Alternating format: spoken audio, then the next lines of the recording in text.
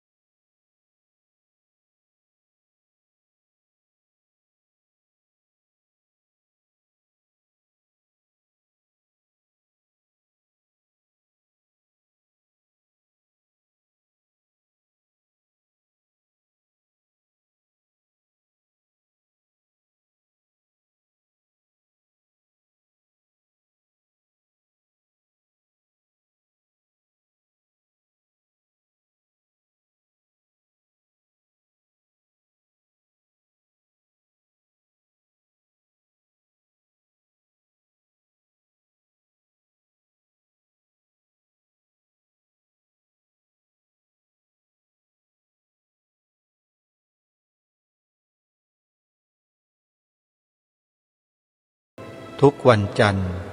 ถึงวันศุกร์และวันเสาร์อาทิตย์ทางสถานีวิทยุแห่งนี้ท่านสามารถดาวน์โหลดแอปพลิเคชันเพื่อติดตามรับฟังรายการนี้ได้เป็นประจำทุกวันแอปพลิเคชันชื่อว่าสมาพันธ์สื่อวิทยุพระพุทธศาสนาอาเซียนท่านสาธุชนทั้งหลายในวันนี้รายการคดีโลกคดีธรรมจะนำเสนอบทพระราชนิพนธ์เทศนาเสือป่าในกันที่5ซึ่งมีชื่อว่าความภักดีต่อศาสนาแต่ก่อนที่เราจะไปฟังบทเทศนาเสือป่ากันที่5นี้ทางรายการมีข้อมูลในประวัติศาสตร์ที่จะมานำเสนอท่านผู้ฟังที่อยู่ทางบ้านให้ได้รับทราบโดยร่วมโดยทั่วกันว่า องค์พระมหากษัตริย์ของประเทศไทยของเราตั้งแต่ครั้งกรุงสุโขทัยเป็นต้นมาจนถึงกรุงศรีอยุธยากรุงธนบุรีกรุงรัตนโกสินทร์ในปัจจุบันท่านไม่เคยเสื่อมคลายไปจากพระราชศรัทธาที่มีต่อพระบวรพุทธศาสนาเลยอันนี้ถือว่าเป็นแบบแผนประเพณีเป็นจารีตที่สังคมประเทศชาติบ้านเมืองไทยของเราได้ถือเป็นหลักการของประเทศชาติบ้านเมืองมาโดยตลอดถึงแม้ว่าในบางครั้งบางโอกาสบางช่วงสมัยจะมีชาวต่างประเทศนักล่าอาณานิคมที่เข้ามาล่าอาณานิคมประเทศต่างๆแผ่นดินต่างๆบริเวณเอเชียตะวันออกเฉียงใต้ของเรานี้สักปานใดก็ตาม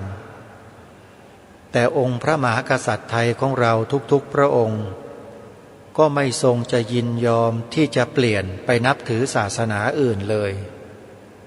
มาจนกระทั่งถึงทุกวันนี้อย่างที่ได้กล่าวไว้ตอนต้นว่าทางรายการมีเนื้อความหรือบทความหรือหลักฐานทางประวัติศาสตร์ประการหนึ่งที่องค์พระมหากษัตริย์พระองค์หนึ่งได้ทรงมีพระบรมราชโองการและ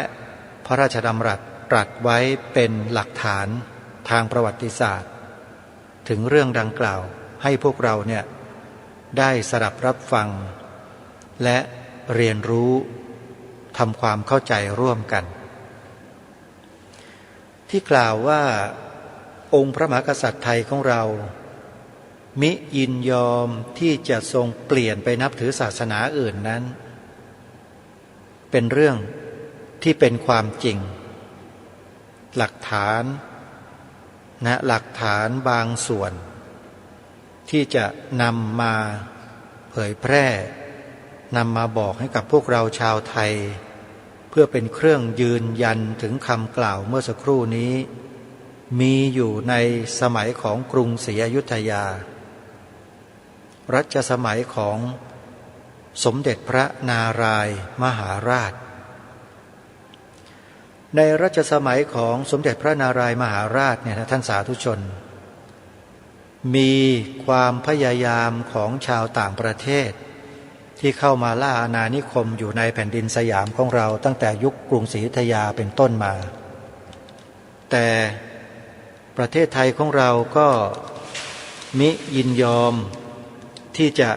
เปลี่ยนแปลงไปตามที่มหาอำนาจเหล่านั้นมีความปรารถนาและมีความต้องการให้เราเป็นทั้งนี้ทั้งนั้นเป็นเพราะองค์พระมหากษัตริย์ของแผ่นดินสยามของเราไม่ทรงยินยอมนั่นเองที่ไม่ทรงยินยอมเพราะอะไรเพราะเหตุว่าหนึ่งต้นโคตรตระกูลวงศ์ของพระองค์ท่านทรงนับถือพระพุทธศาสนามากว่า 2,000 กว่าปีอันนี้เป็นกระแสพระดำรัสของสมเด็จพระนารายณ์มหาราชซึ่งมีบันทึกมีจารึกไว้ในประชุมพงศาวดารเล่ม 16มีความปรากฏดังนี้พระเจ้าหลุยที่ 14จะให้เราเข้ารีดดังนั้นหรือเรื่องนี้เป็นเรื่องใหญ่มากเพราะในราชวงศ์ของเราก็ได้นับถือพระพุทธศาสนามาช้านานแล้วจะให้เราเปลี่ยนศาสนาอย่างนี้เป็นการยากอยู่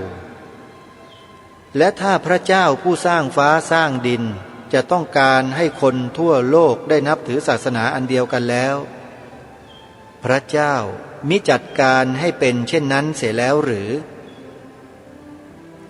จริงอยู่เมื่อฟอลคอนในเวลาหมอบอยู่ข้างพระบาทพระเจ้ากรุงสยามได้แปลคำชักชวนที่พระเจ้าหลุยที่ 14ได้รับสั่งมากับราชทูตนั้นฟ ฟอลคอนก็กลัวจนตัวสั่นและสมเด็จพระนารายณ์ทรงพระกรุณาโปรดให้อภัยแก่ฟอลคอนแต่ก็ได้รับสั่งว่าได้ทรงนับถือศาสนาอันได้นับถือต่อๆกันมาถึง 2,229 ปีแล้วเพราะฉะนั้นที่จะให้พระองค์เปลี่ยนศาสนาเสียนั้นเป็นการที่พระองค์จะทำไม่ได้นี่คือบันทึกที่มีปรากฏเป็นหลักฐานทางประวัติศาสตร์อยู่ในประชุมพงศาวดารเล่ม 16ถ้าใครมีความเพียรพยายามจะไปไขว่คว้าค้นคว้าหาศึกษาอ่านดูก็ได้แล้วก็ขอฝากด้วยนะถ้าหากว่าใครไปสืบค้นช่วยถ่ายเอกสารให้กับรายการคดีโลกคดีธรรมไว้ด้วยชุดหนึ่งเพื่อเผื่อว่าใครต้องการจะรู้ข้อมูลที่เป็นรูปธรรมก็จะได้นำไปมอบให้ท่านสาธุชนผู้ฟังทุกท่านนี่คือหลักฐานในยุคสมัยหนึ่งกับอีกหลายๆยุคหลายๆสมัยที่พระมหากษัตริย์ไทยของเราได้ทรงกระทำเป็นแบบอย่างเอาไว้ให้กับพวกเรารุ่นหลังองค์พระมหากษัตริย์ทรงมีพระราชศรัทธาในพระบวรพุทธศาสนาอย่างแรงกล้าและพระองค์ท่านก็ทรงปกป้องคุ้มครองทรงยอยกพระพุทธศาสนาไว้เหนือกว่าศาสนาใดๆในโลกเป็นสิ่งที่ผู้บริหารกิจการบ้านเมืองในทุกระดับชั้นตั้งแต่นายกรัฐมนตรีลงมาจนถึงกำนันผู้ใหญ่บ้านทั้งหมดทั้งสิ้นจะต้องตระหนักในข้อนี้ให้อย่างดีและต้องเหนือกว่าประชาชนชาวบ้านทั่วไปด้วยซ้ำเพราะตัวเองเป็นข้าราชการรับใช้ใกล้เบื้องพระยุคลบาทมากที่สุดอย่าไปเที่ยวอ้างนะว่าทุกวันนี้ไม่ใช่ระบอบเดิมไม่ใช่ระบอบสมบูรณาญาสิทธิราชอย่าพูดนะคนที่พูดอย่างนี้เท่ากับว่าจะตั้งตนเป็นกบฏนะเนี่ยถ้าพูดแบบเนี้ยในใจมันคิดอยู่ถ้าใจไม่คิดมันก็คงไม่พูดแบบนี้แน่ไม่มีสิทธิ์ที่จะแสดงออกในลักษณะอื่นใดเลยนอกจากต้องใช้สำนึกหรือว่าสามัญสำนึกมากล่าวมาแสดงให้เหมาะสมและถูกต้องกับความที่ตนเองเป็นพลเมืองของแผ่นดินนี้จะกล่าวเป็นอื่นเปลี่ยนแปลงไปเป็นอื่นไม่ได้มันผิดวิสัยของความเป็นลูกหลานไทยของเราเพราะฉะนั้นรายการคดีโลกคดีธรรมจึงย้ำแล้วย้ำอีกว่าถ้าพวกเราปล่อยให้ลูกหลานของเราเนี่ยระเหยลอยชายกันอยู่อย่างนี้นะรับรองได้ว่าประเทศเราหรือลูกหลานเราจะถูกกลืนกันหมดถูกกลืนด้วยลัทธิความเชื่อผิดๆทั้งหลายทั้งปวงที่มันเป็นกระแสอยู่ทุกวันนี้ก็เพราะผู้ใหญ่อย่างพวกเรานั่นแหละไม่เอาใจใส่กันเองอย่างวันเด็กแห่งชาติเนี่ยผู้ใหญ่สอนอะไรให้อะไรแก่เด็กวิ่งไล่แจกรางวัลแจกของกันแค่นั้นหรือทำไมไม่แจกอุดมการณ์ไม่แจกแนวความคิดที่ถูกต้องเหล่านี้ให้เด็กบ้างล่ะในแต่ละปีเนี่ยจัดกันขึ้นมาทำไมแทนที่จะปลูกฝังอุดมการณ์ชาติแนวคิดที่สมควรให้แก่ลูกหลานไทยของเราไม่ลดแลกแจกแถมอะไรก็ไม่รู้ไร้สาระกันแทบจะทั้งนั้นเลยแทนที่จะนำสิ่งที่เป็นสาระอบรมบ่มสอนให้ลูกหลานเรานั้นได้มีจิตสำนึกให้กับแผ่นดินในวันเด็กแห่งชาติเนี่ยไม่ผู้ใหญ่นำพาไปทำอะไรก็ไม่รู้เหมือนกับบทเพลงที่อยู่ใน YouTube ที่เขาบอกกันนะท่านไปฟังกันเถอะพิมพ์คำว่าวันเด็กลงไปแค่นั้นแหละก็เจอแล้วเพลงนี้สะท้อนสังคมของเราดีเหลือเกินเพลงนี้ที่เขาบอกว่าวันเด็กให้เด็กเดินตามใครแม่ตั้งวงไพ่พ่อตั้งวงเล่า ชกกันเหมือนมวยตู้วันเสาร์ตีศอกโยนเข่าเอาให้ตายนั่นนะลองไปเปิดฟังกันดูนะเพลงวันเด็กมันต้องอย่างนี้ฮะวันเด็กอ่ะมันต้องแจกให้สิ่งที่เป็นประโยชน์ต่อชาติต่อแผ่นดินผู้หลักผู้ใหญ่ในบ้านเมืองเนี่ยเอาใจใส่กันบ้างหรือเปล่าพระสงฆ์เราก็เหมือนกันวันเด็กทีหนึ่งเด็กไปเที่ยววัดจัดกิจกรรมในวัดแทนที่จะออกมาพูดมาปลูกฝังเด็กอ้าวลูกหลานเอ้ยเราเป็นลูกหลานคนไทยกันนะเพราะฉะนั้นจะต้องเทิดทูนความเป็นไทยวันนี้หลวงพ่อหลวงปู่จะมานำให้พวกเรากล่าวกันนะเอากล่าวตามหลวงปู่นะพระพุทธศาสนาเป็นศาสนาประจำชาติไทยของเราแค่เนี้ยทำกันไม่ได้ไม่รู้ไปทำอะไรกันเด็กมันก็ออกนอกลู่นอกทางกันไปนั่นแหละเพราะผู้ใหญ่นั่นแหละไม่ตะล่อมเข้ามามัวแต่เคอะเขินมัวแต่อายมัวแต่เกรงกลัวอะไรกันอยู่ก็ไม่ทราบเนี่ยดูสิองค์พระบาทสมเด็จพระมงกุฎเกล้าเจ้าอยู่หัวรัชกาลที่6ตรัสแสดงเทศนาเสือป่าให้แก่เราทั้งหลายท่านเอาไว้ให้ศึกษาเรียนรู้ให้ปลูกฝังจิตสำนึกกันเนี่ยพวกเราเคยสนใจกันบ้างไหมเคยใส่ใจกันบ้างไหมเนี่ยไม่ตั้งแต่ข้างบนยันข้างล่างไม่เคยสนใจกันเลยรายการนี้จึงต้องออกมากระตุกมากระตุ้นกันสักทีหนึ่งปีหนึ่งก็ครั้งหนึ่งปีหนึ่งก็ครั้งหนึ่งในช่วงต้นปีนี้ก็เป็นอีกปีหนึ่งที่นำมาเปิดให้พวกเราได้ฟังกันเดี๋ยวเราไปติดตามรับฟังเนื้อหาสาระในกันที่5ในหัวข้อที่พระองค์ได้ทรงตั้งไว้ว่า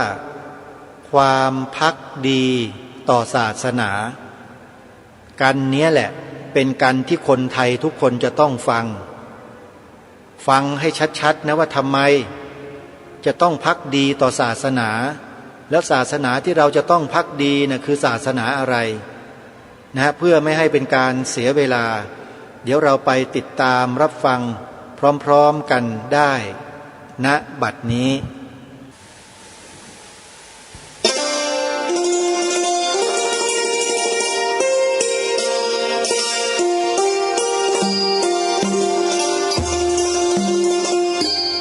เทศนาเสือป่ากันที่5ความรักภักดีต่อศาสนาทรงแสดงณวันที่12มิถุนายนพระพุทธศักราช2457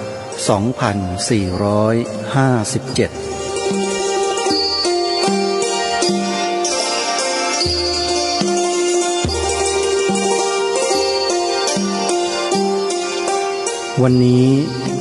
ข้าพเจ้าจะกล่าวต่อจากที่ได้กล่าวมาแล้วในวันหลังคือต่อถึงเรื่องประวัติของพระเยซูและที่ได้พูดแย้มไว้ในคราวก่อนก็จะกล่าวต่อไปในที่นี้ไม่ใช่ตั้งใจที่จะกล่าวประวัติโดยพิสดารมิได้เพราะถ้าจะกล่าวประวัติพิสดารแล้วก็ไม่เป็นความจำเป็นอะไรทั้งหนังสือก็มีอยู่แล้วใครอยากจะอ่านก็ได้ข้อสำคัญที่จะเตือนให้ท่านทั้งหลายคิดต่อจากหนังสือนั้นคือข้อใดที่เราควรจะเชื่อถือได้ว่าน่าจะเป็นจริงหรือสิ่งใดที่เราน่าจะฟังหูหนึ่ง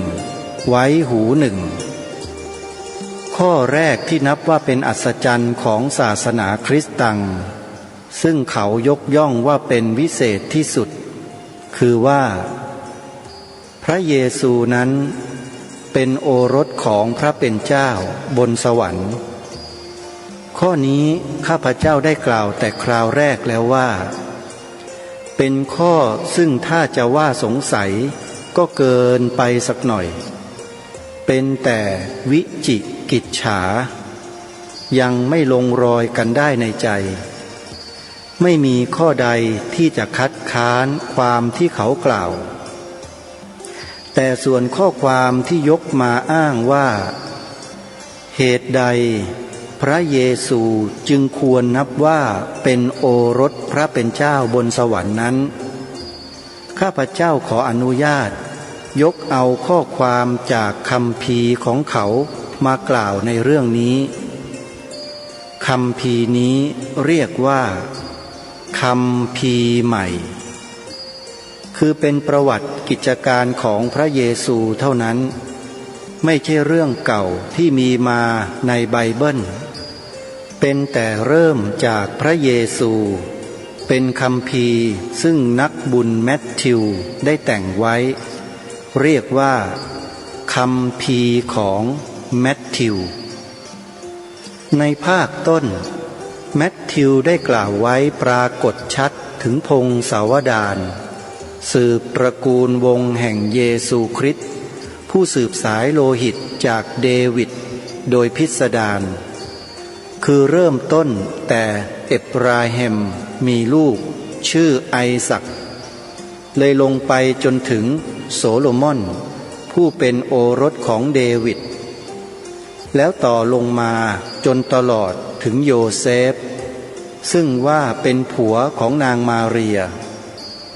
โยเซฟนี้ตามหนังสือเขาว่านับเนื่องชั่วคนตั้งแต่เอบราฮิมลงมาจนถึงเดวิด14ชั่วคนจากเดวิดลงมาตลอดสมัยที่พวกยิวไปเป็นเฉลยอยู่บาบิลอนอีก14ชั่วคนตั้งแต่นั้นมาถึงเยซูอีก14ชั่วคนเหมือนกันก็ใจความนี้เขากล่าวเช่นนี้จะแปลว่ากระไรเดวิดนั้นท่านทั้งหลายคงจะเคยได้ยินโดยมากแต่แรกก็เป็นผู้ที่ไม่มีอิทธิฤทธิ์อันใดจนภายหลังได้ไปรบยักษ์ชื่อโคลิอัสเป็นคนแรกที่ได้ใช้อาวุธเครื่องประหารอันขว้างไปจากตัวจะว่าเป็นผู้แรกคิดอาวุธปืนก็ได้แต่อาวุธที่เดวิดใช้นี้หาใช่ปืนไม่แท้จริงเป็นก้อนศิลาอันวางไว้ในบ่วงแล้วแกว่งบ่วงนี้รอบหัวแล้วปล่อยสายเชือกข้างหนึ่งก้อนศิลาก็ไปถูกยักษ์นั้นตายภายหลังเดวิดจึงได้เป็นใหญ่เป็นเจ้าแล้วต่อมามีบุตรชื่อโสโลมอนโสโลมอนนี้เป็นผู้ซึ่งเป็นพระเจ้าแผ่นดินเป็นใหญ่มีชื่อเสียงมากปรากฏว่าเป็นผู้ทรงยุติธรรมเป็นผู้ที่คล้ายๆพระร่วงของเราตรัสอะไรเป็นนั่นทุกอย่างเพราะมีผู้นับถือมากทั้งเดวิดและโสโลมอน2 คนนี้ในโกรานก็มีชื่อเสียงเป็นที่นับถือเป็นนักบุญเหมือนกัน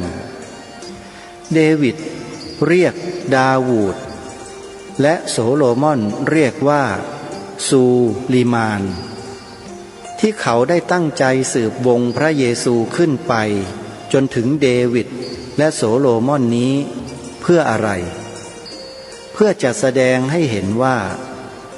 พระเยซูเป็นผู้เกิดในสกุลของผู้ซึ่งเคยเป็นเจ้าเป็นใหญ่ในหมู่ชาวยูเดียหรือในหมู่อิสราเอลที่ข้าพเจ้าได้กล่าวแล้วในครั้งก่อนแม้เดวิดเองเมื่อได้เป็นเจ้าเป็นใหญ่ขึ้นแล้วก็ต้องบอกว่าได้กำเนิดจากเอบราฮิมเหมือนกันเพราะเอบราฮิมเป็นคนสำคัญในไบเบิลและโกรานเรียกว่าอิบราฮิมและถ้าจะเปรียบศาสนาพราหมณ์เอบราฮิมก็คือพระมนูผู้เป็นประชาบดีเขากล่าวว่าลูกเอบราฮิม10 คนได้แยกกันไปในทิศานุทิศมีลูกเต้าสืบมา มนุษย์ทุกคนจึงนับว่าเป็นลูกเอบราแฮมทั้งนั้นเมื่อกล่าวพงศาวดารของเอบราแฮมเช่นนี้และไม่เป็นข้อประหลาดอะไรในการที่เขาจะกล่าวว่าเยซูเป็นลูกเดวิดและเอบราแฮมผู้ที่จะตั้งใจสรรเสริญพระเยซูมักยกข้อนี้เป็นข้อประหลาดที่นับชั่วคนมาได้ติดต่อกันถึง42ชั่วแต่การที่นับชั่วคนเช่นนี้ตามนักเลงพงศาวดารและโบราณคดีถือกันว่าถ้าไม่มีหลักแน่นอนแล้วย่อมไม่ควรถือเอาเป็นแน่อีกประการหนึ่งข้อที่แมทธิวต้องมาลำดับตระกูลวงของบิดาพระเยซูเช่นนี้ก็คือต้องลำดับตระกูลวงของโยเซฟเพื่อแสดงให้เห็นว่าโยเซฟเป็นผู้มีหลักฐานมีบรรพบุรุษเป็นเชื้อพระเจ้าแผ่นดินด้วยซ้ำแต่น่าจะถามกันขึ้นว่าถ้าแม้เยซูเป็นลูกพระเป็นเจ้าบนสวรรค์แล้วทำไมต้องอ้างว่าเป็นเชื้อพระเจ้าแผ่นดินด้วยเล่าพระเจ้าบนสวรรค์ก็สูงกว่าพระเจ้าแผ่นดินอยู่แล้วเมื่อได้เป็นลูกพระเจ้าบนสวรรค์แล้วทำไมจึงได้บอกว่าเป็นลูกโยเซฟและเอบราแฮมอีกข้อหนึ่งในหน้าเดียวกันในคัมภีร์ของแมทธิวนั่นเองว่าเมื่อครั้งมาเรียแม่พระเยซูได้กระทำการอาวาหะกับโยเซฟนั้นเมื่อก่อนได้เสพเมถุนธรรมด้วยกันนางมาเรียได้ทรงครรภ์เสียแล้วด้วยโฮลิโกสต์ซึ่งดูเหมือนพวกบาทหลวงจะเรียกเป็นไทยว่าพระจิตพูดทางภาษาคนไม่ใช่พูดทางภาษาพระแปลว่านางมาเรียได้กับโยเซฟแต่ยังไม่ทันได้เสพเมถุนนางมาเรียก็มีครรภ์กับพระจิตเสียแล้วฝ่ายโยเซฟผู้เป็นสามีเป็นผู้อยู่ในศีลในธรรมไม่ปรารถนาที่จะกระทำให้ภรรยาของเขาได้ความอายจึงตั้งใจว่าจะหย่ากันเสียโดยเงียบๆแต่เมื่อเขากำลังไตร่ตรองอยู่นั้นก็เผอิญเทวทูตแห่งพระเป็นเจ้าบนสวรรค์ได้มาเข้าฝันเขาและได้กล่าวแก่เขาว่าดูก่อนโยเซฟบุตรเดวิดเจ้าจงอย่ามีความกินแหนงในข้อที่จะร่วมสังวาสด้วยมาเรียภรรยาเจ้านั้นเลยเพราะภรรยาเจ้าได้มีครรภ์นั้นมีด้วยพระจิต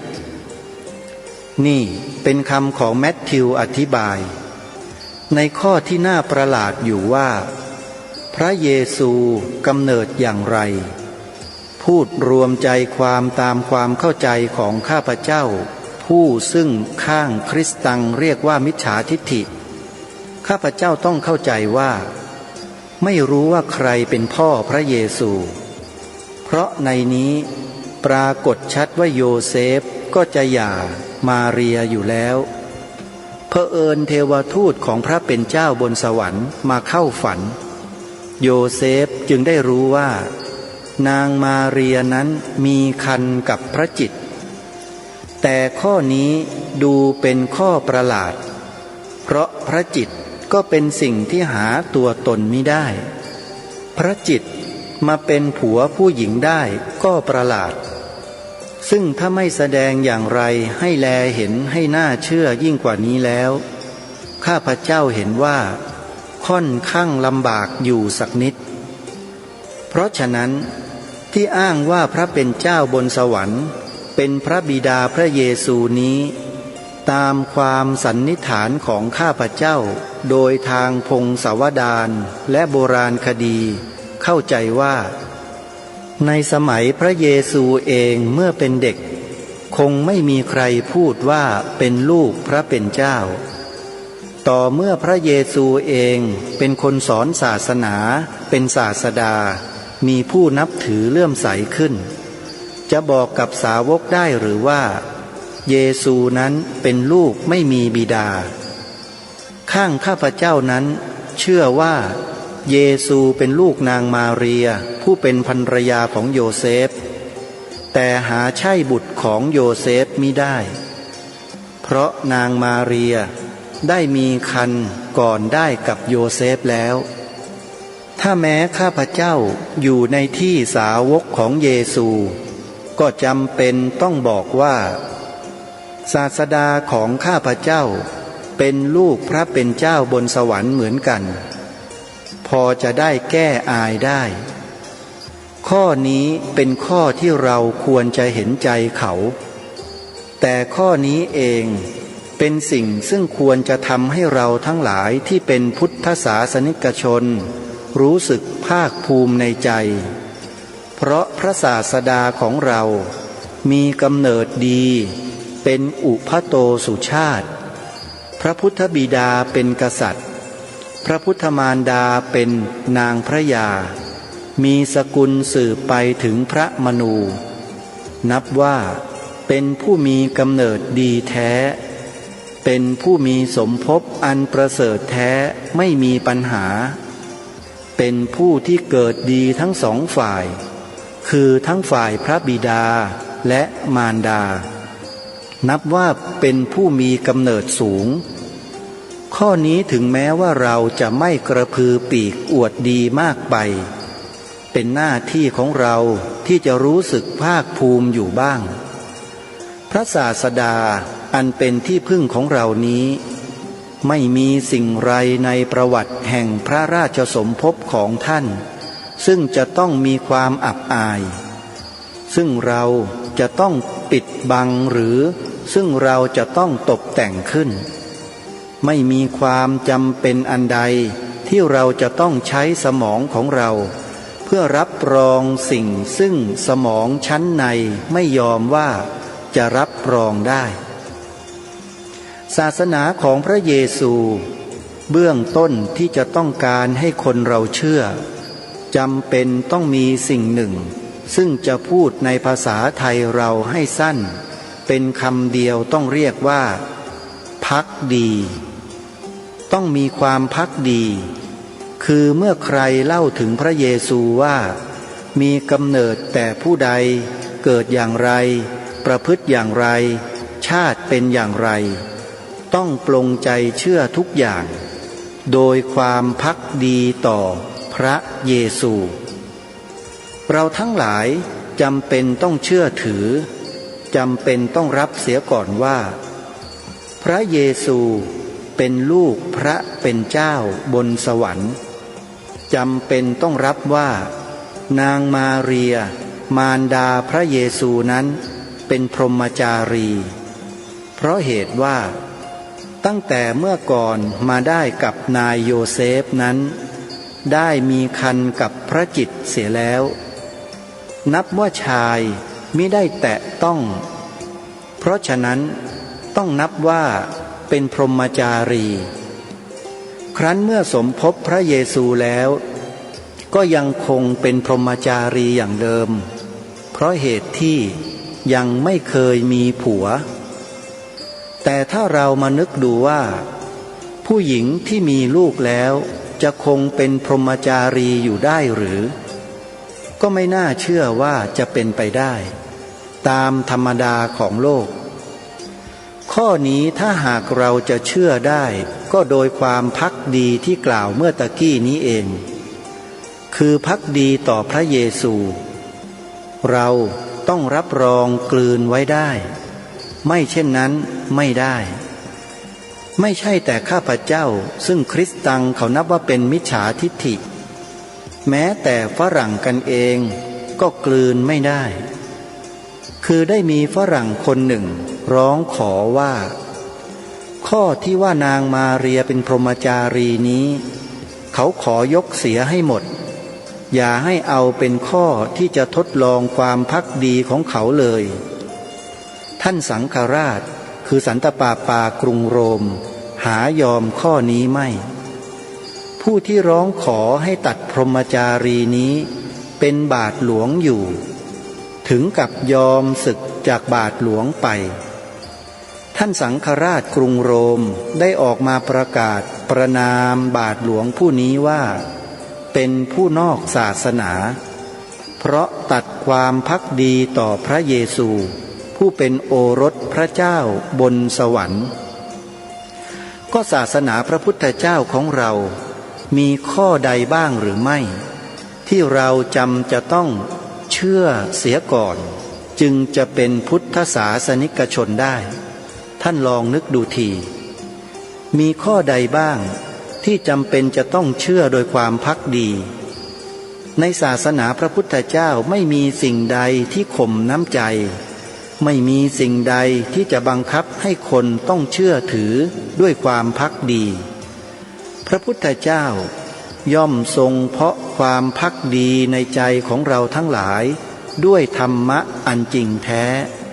อันทรงแสดงให้เราทั้งหลายแลเห็นโดยแจ่มแจ้งเห็นสิ่งทั้งปวงที่ทรงแสดงว่าเป็นความจริงเป็นความดีท่องแท้น่าเลื่อมใสและแม้เราปฏิบัติตามธรรมะของพระพุทธเจ้าได้แล้วอย่างน้อยที่สุดจะเป็นคนดีมีผู้นับหน้าถือตาและเราจะไม่ประทุษร้ายต่อเพื่อนบ้าน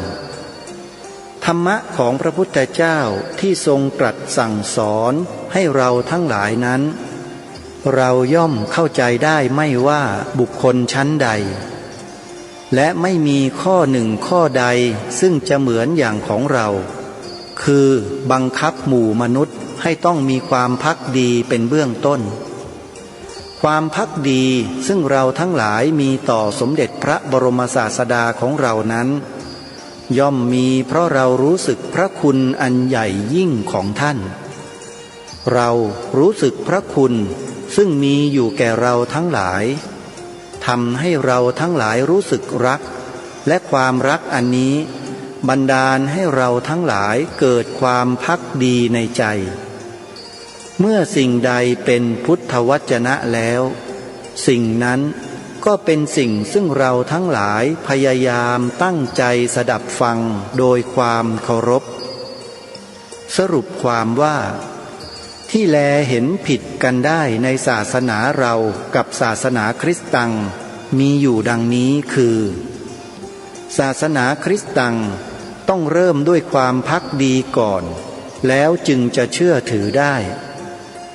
ฝ่ายศาสนาพระพุทธเจ้าเริ่มด้วยความเชื่อถือนิยมเลื่อมใสก่อนแล้วจึงเกิดความภักดีทั้งสองศาสนานี้อย่างไหนจะเป็นอย่างดีอย่างไหนจะเป็นอย่างที่ความผู้มีสติปัญญาจะนิยมนับถือเลื่อมใสอย่างไหนจะควรกำกับใจแห่งเราทั้งหลายผู้อ้างว่าตนมีสติปัญญา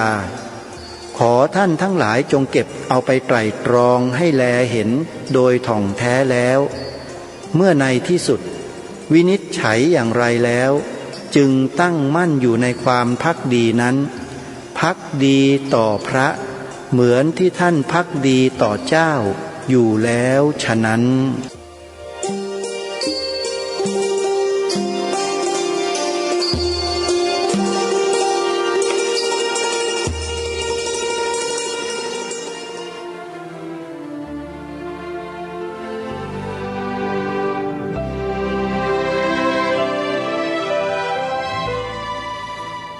เป็นอย่างไรบ้างท่านผู้ฟัง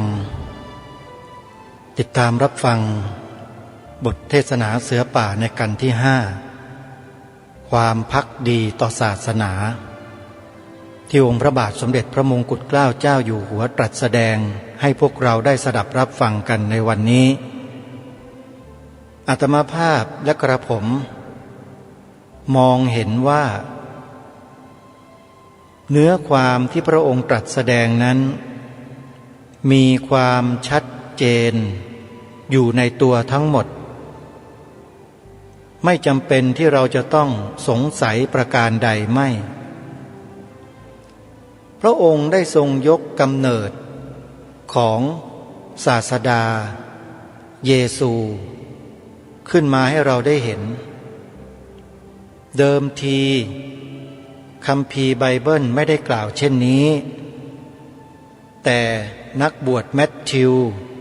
ได้มาเขียนคัมภีร์ใหม่ขึ้นมาอธิบายความใหม่ขึ้นซึ่งองค์พระบาทสมเด็จพระมงกุฎเกล้าเจ้าอยู่หัวทรงทราบเมื่อทรงทราบก็ทรงนำมาเผยแพร่ให้กับพวกเราได้เรียนรู้ความจริงในข้อนั้นโดยทั่วกันทั้งนี้ทั้งนั้นเพื่ออะไรเพื่อให้เราได้รู้และใช้คำว่าภักดีได้อย่างถูกต้องไม่ใช่ภักดีกันตะพึดตะพือภักดีกันแบบไม่มีปัญญาอย่างนั้นแหละที่พระองค์ท่านมิทรงปรารถนาท่านผู้ฟังทั้งหลายว่าก็ว่าเถอะแม้แต่ในปัจจุบันนี้ก็ตามการศึกษาเทคโนโลยีสมัยใหม่วิทยาศาสตร์ก้าวล้ำขนาดไหนก็ตามสามารถที่จะยืนยันหลักความจริงของพระพุทธศาสนาของเราได้อยู่ตลอดเวลาตลอดการทุกเมื่อแต่ศาสนาที่ไม่ทนต่อการพิสูจน์นั่นแหละน่าเป็นห่วงที่น่าเป็นห่วงก็เพราะเหตุว่าความจริงที่ปรากฏให้สังคมโลกมนุษย์ได้เป็นที่ประจักษ์แล้วก็เชื่อถือได้นั้นมีน้อยแต่ในพระพุทธศาสนาของเราเนี่ยชาวยุโรปชาวอเมริกาบ่ายหน้ากันเข้ามานับถือเพิ่มขึ้นกันทุกวันไม่มีขาดสายเลยตรงนี้ก็เป็นเครื่องยืนยันในพระราชนิพนธ์เทศนาเสือป่าในกันที่5นี้เป็นอย่างดีว่าสิ่งที่พระองค์ตรัสเอาไว้นั้นน่ะเป็นความจริงแท้และเป็นเหตุผลที่เราท่านทั้งหลายจะต้องนำไปขบคิดพิจารณาให้ท่องแท้อีกกี่ชั้นก็ได้พิจารณาเท่าไหร่พิจารณายังไงเมื่อไหร่ก็ต้องตรงตามที่พระองค์ตรัสไว้ทั้งหมดนั่นแหละมันหลีกหนีความจริงไปไม่พ้นอาตมาภาพยังไม่ได้พูดถึงในปัจจุบันนะว่าลัทธินิกายศาสนาบางศาสนาที่มาเผยแพร่ลัทธิตัวเองอยู่บนผืนแผ่นดินไทยของเราเนี่ยกระทำอะไรไว้ต่อแผ่นดินของเราต่อพระบวรพุทธศาสนาของเรายังไม่ได้พูดเอาไว้ก่อนเดี๋ยวค่อยทวงทีหลังเพราะว่าเรื่องนี้เป็นเรื่องใหญ่เป็นเรื่องที่คนไทยไม่รู้เลยส่วนมากไม่รู้เรื่องเลยว่ามันเกิดขึ้นกับพระพุทธศาสนาของเราเกริ่นสักนิดหนึ่งก็ได้ปี 2505 ถึง 2508 พระพุทธศักราชนะโยมไม่ใช่คริสต์นะอาตมาภาพไม่ใช่เป็นคนหลงประเด็นหรือหลงทางหลงทิศจะไปใช้พศใช้ศักราชผิดเหมือนอย่างคนไทยทุกวันนี้นะเป็นคนไทยก็ต้องใช้พุทธศักราชของไทยแล้วต้องใช้ให้ถูกต้องในอดีตเมื่อปีพระพุทธศักราช 2505 ถึง 2508 ในต่างประเทศองค์กรศาสนาหนึ่งเขาจัดประชุมใหญ่กัน3 ปีประชุมนะฮะใช้เวลาประชุม3 ปีแต่องค์กรพุทธเราประชุมกันวันเดียวเลิกครึ่งวันเลิกเขาประชุมกัน3 ปีเพื่อจะดำเนินการอะไรกับพระพุทธศาสนาของเราทั้งโลกแล้วเขาใช้ชื่อการประชุมนั้นว่าไดอะล็อก ถ้าใครอยากทราบว่าไดอะล็อกคืออะไรยังไงเนี่ยลองไปเปิดใน YouTube ดูนะ เปิดใน YouTube แล้วฟังนะ พิมพ์คำว่าพระเทพดีลกไดอะล็อกจำได้ไหมฮะรายการเนี้ยเมื่อมีข้อมูลอะไรมาแจมมาบอกพวกเราแล้วพวกเราต้องขวนขวายเข้าไปศึกษาหาความรู้กับข้อมูลเหล่านั้นกันสักนิดหนึ่งเพื่อไม่ให้ตกข้อมูลหรือตกข่าวเหล่านี้เพื่อจะได้เสริมสร้างภูมิปัญญาเสริมสร้างภูมิคุ้มกันกระแสที่ผิดจะเข้ามาล้างสมองพวกเราคลิปวิดีโอที่จะให้ท่านทั้งหลายไปดูและไปศึกษาเรียนรู้ว่าเขาทำไดอะล็อกกับศาสนาพุทธในเมืองไทยของเราเนี่ยเขาทำอย่างไรในเอกสารที่เป็น confidential ที่อาตมาภาพมีอยู่เนี่ยได้รับมาเป็นกรณีพิเศษบอกไว้หมดเลย